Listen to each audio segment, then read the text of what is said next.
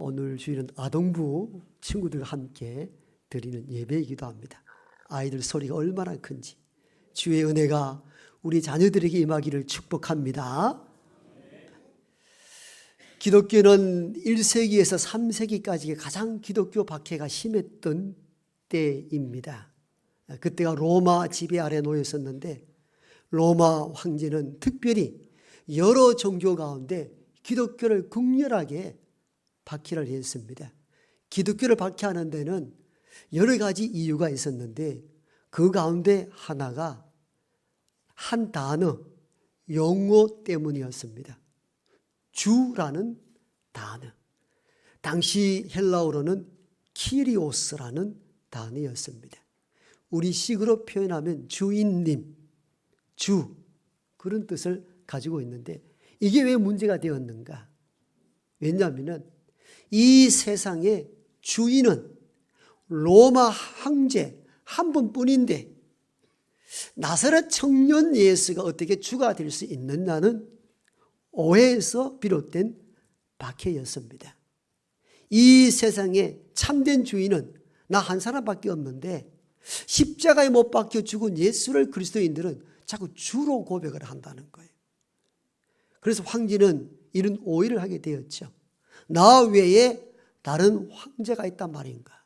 그리하여 극렬하게 기독교를 박해했습니다. 로마서에 보면은 바울 선생은 우리들에게 구원에 대한 도리를 이렇게 펼칩니다. 너희가 예수를 주로 고백하고 마음으로 믿을 때 구원이 이루어지나니. 아멘입니까? 여러분 너무 쉬운 고백이잖아요. 그래서 가끔 세례 교육을 시킬 때에 예수를 주님이라고 마음으로 고백하고 입술로 시인할 때 구원이 이르른다. 오늘 우리가 박해가 없다 보니까 이거 너무 쉬운 구원의 방식이니까 이렇게 쉽게 구원을 받아도 되는가 생각하는데 사실은 이 글을 쓸 때가 로마 박해 시대 때였거든요. 로마 박해 시대 때는 기독교 박해 원인은 무엇이라 그랬습니까? 주라는 용어, 키리오스. 그래서 그 시대에 예수님을 주인으로 고백한다는 것은 목숨 걸고 하는 고백이었습니다. 그러니까 그 고백에 구원에 이르는 고백이 된다고 받아주었던 것이죠. 오늘 우리가 하는 이 고백과 본질이 달랐습니다. 어떻게 세상에는 로마 황제 한 분만이 유일한 키리오스, 주라고 고백하는 시대에 예수가 주라고 고백할 수 있느냐? 생명을 담보하지 않고는 할 수 없는 고백이었기에 그 고백 하나만 두어도 구원에 이르게 하셨던 것이죠. 이런 극렬한 박해 가운데 때로는 굶주린 사자굴에 던져 찢겨 죽기도 하고 불더미 위에 던져 화형시키기도 하였습니다. 그래서 초기 1에서 3세기까지 많은 기독교인들이 순교하는 일들이 많았습니다. 그런 어느 날 로마 황제 콘스탄틴이 기독교를 정식 종교로 인정합니다. 이게 바로 313년에 이르게 됩니다. 그 이후부터 박해의 시대는 끝이 나고 교회마다 사람들이 몰려오기 시작합니다. 즉 황제가 예수를 믿는다는 것 때문에 믿음과 상관없는 자들이 교회로 몰려오기 시작합니다. 그때 교회는 어떻게 했는가? 사도신경을 외울 수 있는 자만 교회에 입당하도록 할 정도로 차고 넘쳤습니다. 이 시대가 쭉 지나가면서 중세시대 때가 교회가 숫자적으로나 여러 가지로 가장 부흥했던 시대인데 그때 교황의 권력도 절대 권력을 가졌습니다. 세상의 나라 왕들을 임명하기도 하고 임명을 취소할 수 있는 권한도 교황이 가지고 있었습니다. 교황이 교세에서 한 모든 말은 무흠하다, 흠이 없다 판단하고 이는 어떤 의미에서는 하나님과 말씀과 견주어 나갈 정도로 그 권력이 대단했습니다. 절대 권력은 절대 부패한다 하듯이 그때 중세시대 때 교회, 가톨릭 교회는 성전과 달리 부패하기 시작합니다. 성직자들의 비윤리성, 성직 매매, 그리고 면죄부를 판매하는 일들이 발생하기 시작했습니다. 성배도로 성당을 짓기 위한 건축 기금을 이용하기 위하여서 이 티켓을 사면은 죽었던 여러분의 부모와 형제들이 연옥해서 천국으로 올라갈 수 있다는 논리로 많은 사람들이 이 티켓을 구입하기 시작합니다. 호모 데우스 책의 저자 하라리는 이 면죄부에 대하여 이는 구원팔이다 이렇게 평가를 하면서 그의 책 부분 가운데 일부분을 소개하면 이렇습니다.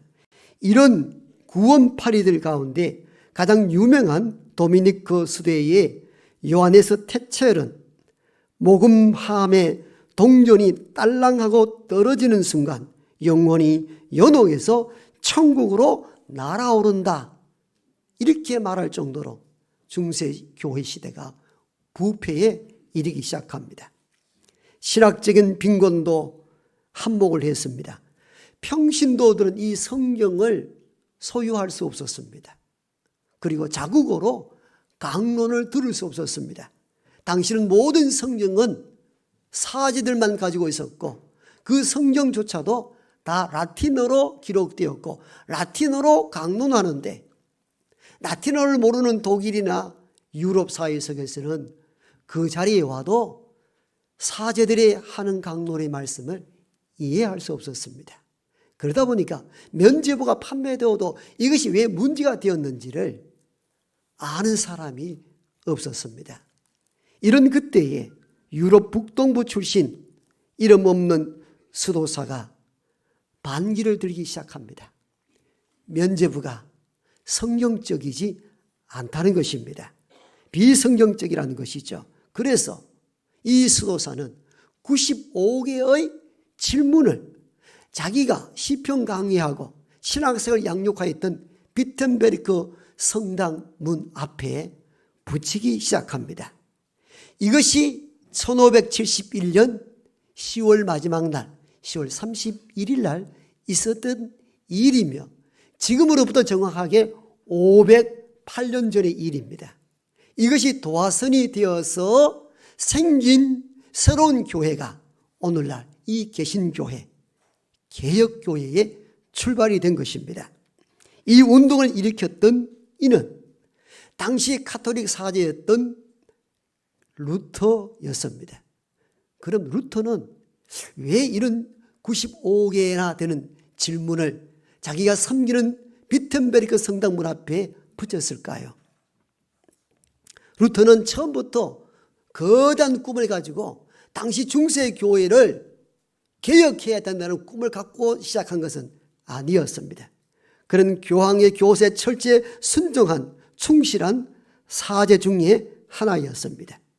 그런 어느 날 로마서를 읽어가다가 자리에서 뻘떡 일어나서 성당 계단을 기어서 올라오던 그가 걸어서 내려가기 시작합니다. 그는 고행가 많은 선행들로 인하여 무릎을 꿇고 한 계단 기도하고 이런 것이 덕을 쌓는다고 판단했는데 로마서를 읽다가 인간의 행위나 선한 업적이 구원을 이룰 수 없다는 것을 깨닫게 된 것입니다. 그 본문이 로마서 1장 17절입니다. 의인은 믿음으로 말미암아 살리라. 아멘. 의인, 어렵게 되는 것, 구원에 이르는 방식은 면죄부를 사거나 선한 업적을 하는 것이 아니라 그리스도 예수를 믿는 믿음으로 구원에 이른다는 것입니다. 루터가 성경을 읽다가 이 비밀을 깨닫게 되었습니다. 그리하여 그때부터 이 고민을 함께 나누기 위하여 95개 조에 질문을 붙인 것입니다. 우리가 알기로는 95개 조의 반박문이라 이렇게 말하는데 원제목은 이렇습니다. 면죄의 권능과 효능에 관한 논쟁. 이 원제목을 보면은 루터가 뭘 의미하는지 알았어요. 뭐 거대한 교회를 깨부시고 교육해야 되겠다는 마음을 갖지 않았습니다. 내가 봤던 성경에는 이런 내용이 있는데 면죄부를 판매하여서 그 티켓을 사면은 연옥에서 천국으로 간다는 것이 옳은 일인가에 대하여 논쟁해 보자고 시작된 질문서였습니다. 그 95개조 질문 가운데 몇 가지만 그대로 한번 살펴보겠습니다. 27조입니다. 한번 같이 한번 읽어보십시다. 시작.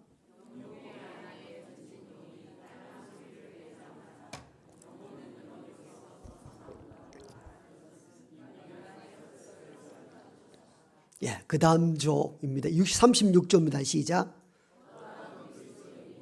진심으로 자기 죄에 대하여 뉘우치고 회개하는 사람은 면죄 증서 없이도 형벌과 재측에서 온전한 사함을 받는다. 48조입니다. 시작.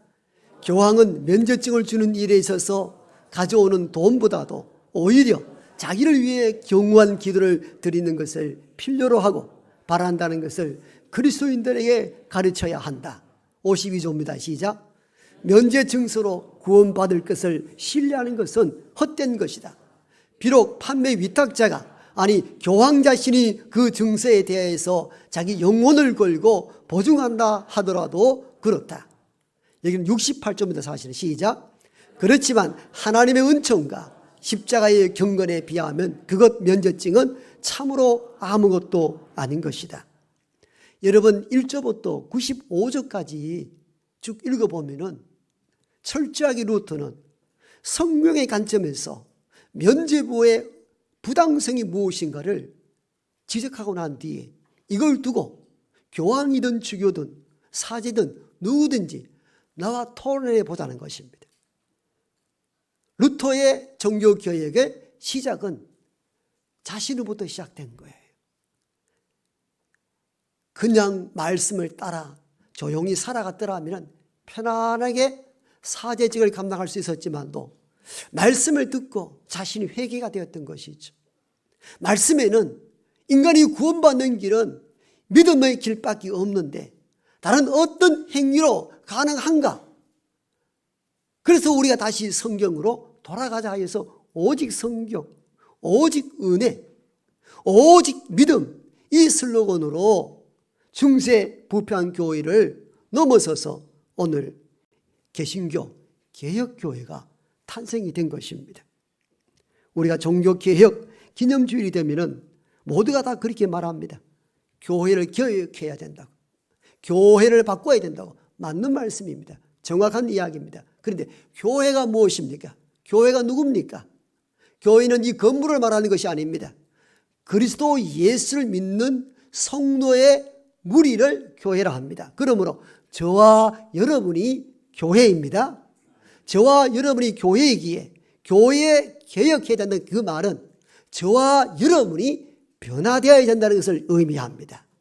그런데 우리는 교회 개혁을 이야기할 때 항상 자신은 제외하고 다른 어떤 대상들이 바뀌길 바란다는 것입니다. 루터가 종교개혁을 일으킬 때에 거대한 교회의 문제를 깨뜨려내기 위해서가 아니라 자신으로부터 출발한 것이죠. 말씀에 접해보니까 이게 이제껏 잘못 가르쳐 왔다는 자신을 회개하고 이는 오직 믿음으로 산다는 이 로마서 1장 17절의 말씀을 붙잡고 95개의 질문서를 그 앞에 내어놓으신 것입니다. 모든 변화와 개혁의 시작은 루터 자신으로부터 시작되었다는 것이죠. 오늘 우리가 읽은 본문은 창세기 32장으로서 야곱이 하나님과 실험하는 유명한 장면인데 이 내용을 알기 위해서는 20년 전의 야곱의 모습으로 돌아가야 됩니다. 20년 전 야곱은 쌍둥이 형 에서에 비하여서 아버지 유산과 축복을 받는데 인간적 한계가 있었습니다. 그때 모든 장자가 그 모든 걸 차지했기 때문입니다. 인간적 방식으로 눈의 어두운 아버지를 속여서 내가 형이라 장자라 이야기하여 형이 받아야 될 장자권을 몰래 속여서 빼앗아옵니다.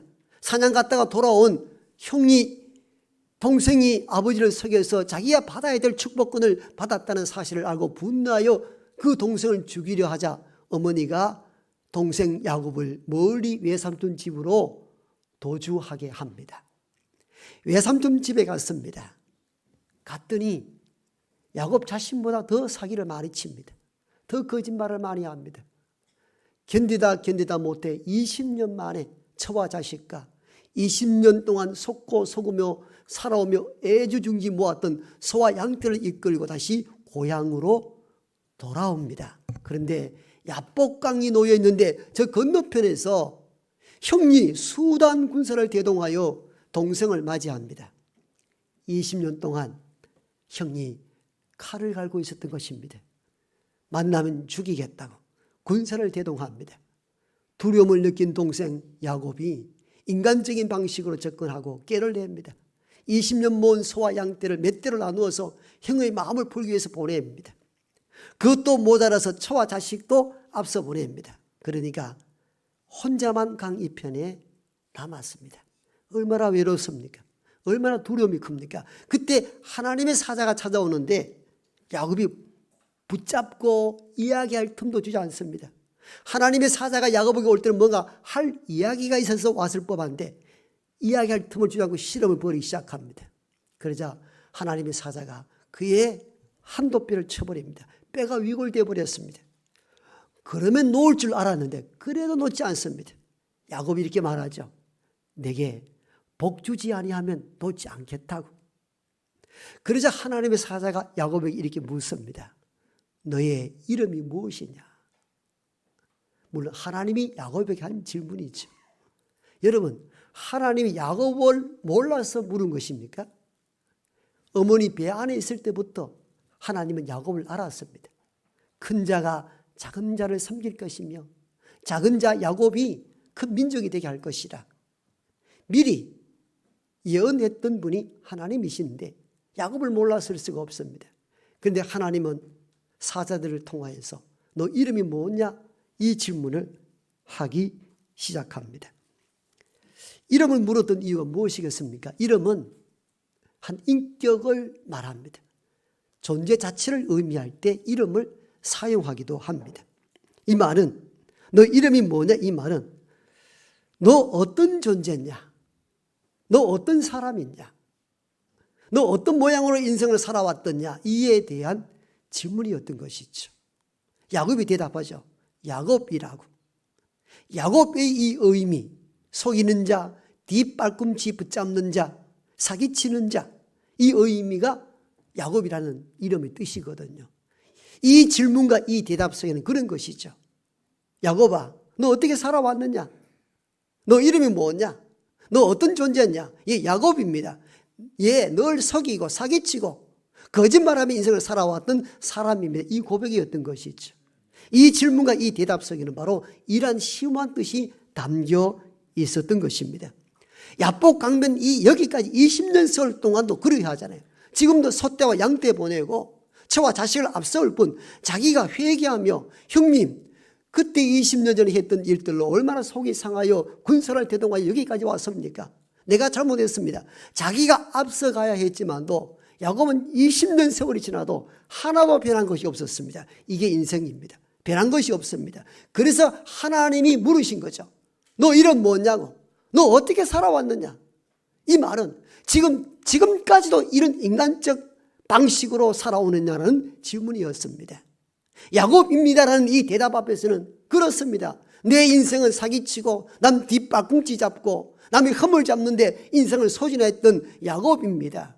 그럴 때 하나님은 야곱에게 이제 다시는 야곱이라 하지 말고 이스라엘이라 하라. 이는 하나님과 사람과 겨루어 이겼음이라는 이 이름을 야복강에서 주기 시작합니다. 즉 야곱아 너가 이제껏 20년 동안은 사기치고 속이는 자로 살아온 야곱이었다면 이제는 이스라엘 즉 사람을 상대하여 싸우는 자가 아니라 하나님과 영적으로 거룩한 싸움을 싸우는 믿음의 장수가 되라 하여 붙여진 이름이 이스라엘이었습니다. 그리고 그 이름이 지금의 국호 이스라엘 나라가 되었고요. 여기서 하나님은 너 이름이 뭐냐 할 때에 야곱의 자신의 변화를 요청했던 것이죠. 즉 사기치고 거짓말하는 야곱이라는 인생에서 이스라엘, 하나님과 영적 실험하는 믿음의 사람으로 변화되어라는 것입니다. 결국은 뼈가 위골되어서 강을 건너 혼자 쩔뚝거리며 형이 어떤 일을 해도 대적할 수 없는 육신이 무너진 상태에 걸어갔는데, 놀랍게도 형이 칼을 거두고 달려와서 20년 만에 얼굴을 오금 맞추며 사랑하는 동생이라 안아주는 화해의 장면이 창세기 32장, 33장에 기록되어 있습니다. 너무 놀라운 일들이 일어난 것이죠. 즉 자신의 진정 변화될 때에 상대가 변화된다는 사실들을 야곱에서 이스라엘 변화되는 이 과정 속에서 보여줍니다.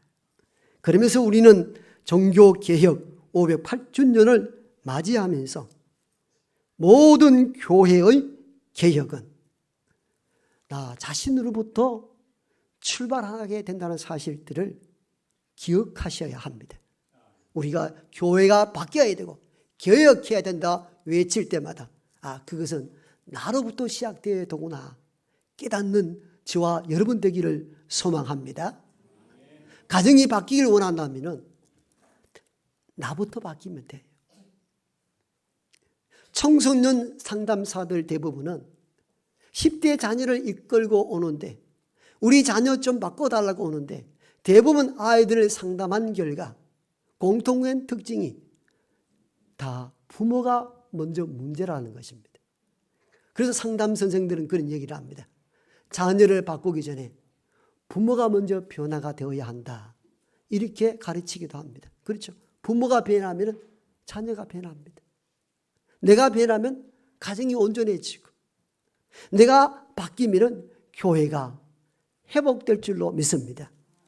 다 나로부터 계획은 출발하고, 루터도 거대한 당시 중세교회를 내가 한번 어떻게 해봐야 되겠다는 그런 거대한 꿈에서 출발한 것이 아니라 말씀을 통하여 나부터 변화되자고 시작했던 운동이 바로 종교개혁 운동이었던 것이고, 그 계획의 정신 아래 생긴 교회가 오늘날 이 개혁교회, 개신교회가 되었던 것입니다.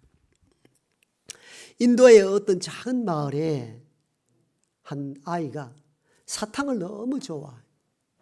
이게 건강에 해로워서 그 어머니가 아무리 액을 복구하고 요청해도 그 만나는 사탕을 끊지를 못합니다. 어떻게 할까 훈계하고 양육해도 잘 안 됩니다. 중독이 되어버린 거예요. 그런데 이 아이가 당시에 인도의 진정한 지도자 간디 선생을 대단히 존경하는 줄로 알았습니다. 그래서 이 아이를 간디 선생 앞에 데려가면은 선생이 한 말씀 하면 좀 들어주지 않겠나. 그래서 어렵게 길을 물어서 간디 선생 집무실까지 데려왔습니다. 아이가 사탕을 끊지 못하여 건강이 해로운데 부모 말을 듣지 않는다고. 그래서 간디 선생이 그 어머니에게 말합니다. 아이를 면담도 하지 않고 2주일 후에 다시 오라는 것입니다. 선생이 말씀을 듣고 고향에 갔다가 다시 아이를 데리고 간디 선생을 만날 2주 후에 가는데, 그 아이를 자기 집무실에 홀로 부르더니 몇 분 상담하고 난 뒤에 집으로 돌아갔는데 그때부터 사탕을 절대 입에 대지 않더라는 겁니다. 역시 간디 선생의 말이 효과가 있었다는 것을 어머니가 알게 된 것이죠. 그런데 어머니가 하나 궁금한 게 있었습니다. 그런 간단한 교훈을 줄 수 있을 것 같았으면 2주 전에 갔을 때 왜 그 말을 하지 않았을까 궁금해서 감사할 겸 이 어머니가 간디 선생을 찾아가서 질문합니다. 선생님, 내 아들이 선생님의 이야기를 듣고 사탕을 끊었습니다. 너무 감사합니다. 그런데요, 2주 전에 그 간단한 말을 왜 해주지 않았습니까? 그때 간디 선생이 어머니에게 이렇게 말을 합니다. 저도 사탕을 되게 좋아합니다. 저도 사탕 끊는데 2주일이 필요했습니다. 여러분, 이게 인도를 이끌어갔던 선생 간디의 정신이었습니다. 나도 사탕을 즐겨하는데 나도 끊지 못하는 것을 너 아이야 끊어라, 그렇게 말할 수 없다는 것입니다. 내가 끊어야 아이에게 권위 있게 사탕을 그만두면 좋겠다 할 수 있다는 것이죠. 여러분, 우리는 이 짧은 예화 속에서 모든 변화와 모든 개혁의 시작은 외부에서 오는 것이 아니고 나에서 출발한다는 것을 기억해야 합니다. 야곱이 형과의 화해와 회복도 야곱이 이스라엘로 되는 변화에서 시작이 되었습니다. 루터의 종교개혁이 거대한 꿈을 갖고 시작한 것이 아니었습니다. 말씀을 먼저 나에게 대입하고 사제로서 이렇게 헛되이 면죄부를 판매하고 사고 팔고 하는 것은 성경적이지 않음에 대한 고민에서 출발이 되었듯이 가정의 변화, 자녀의 변화도 다 나로부터 시작된다는 것을 잊지 말아야 합니다. 교회의 계획을 부르짖을 때마다도 마찬가지입니다. 내가 먼저 엎드리고 내가 변화되어야 할 때 교회는 움틀거리고 서럽게 변화되는 교회가 될 줄로 믿습니다.